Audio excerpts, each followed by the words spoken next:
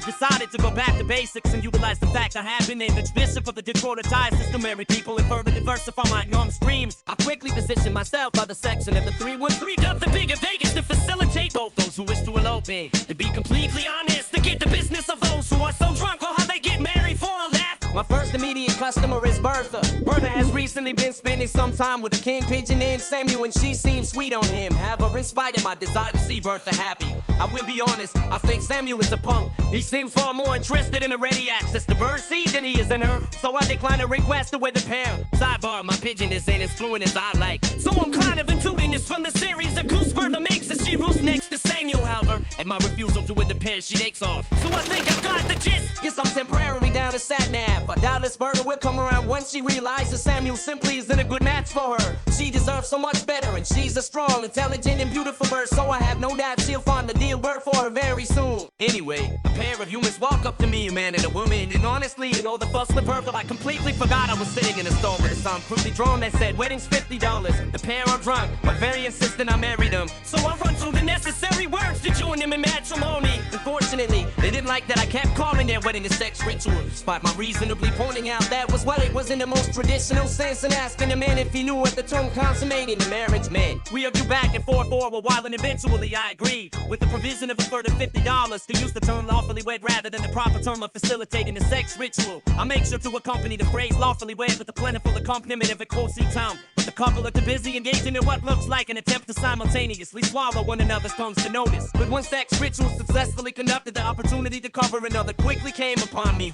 I'm nominated to include that I'd be willing to use the woke term of legally wed instead of the correct term of facilitating their sex ritual for a further $50. I begin another sex ritual, receiving $100 from a couple who are very insistent I use the woke term rather than the correct term. They are very annoyed, but comply when I point out that I have a God on my side and they're more than willing to curse them. However, it's when I insist that we stop when a child walks past, because I do not wish for the child to be corrupted by the woke influence of a wedding rather than the proper sex ritual. Then the man squares up to me, telling me I'm making fun of them and we should take this outside, being that we were ready outside. I'm not exactly sure how we could get further outside, and aggressively inform him that you're either biologically inside or biologically outside, and that I will not bend to his woke desires to have a third option outside of that binary. It was then that he pulled out a spike and demanded I go through with the sex ritual, even though I'd be fine to go through with the sex ritual without the spike. Unfortunately, even though I am able to effectively connect the ceremony, all the brouhaha draws the attention of the KGB. If you're thinking to yourself the KGB were a secret police force confined to the USSR, then you should know you're playing into their hands. The huge bearded gentleman seems to materialist from the crowd. KGB agent Rasputin plucks me off the ground with one hand and tells me that even though he's trying to keep up his end of the bargain,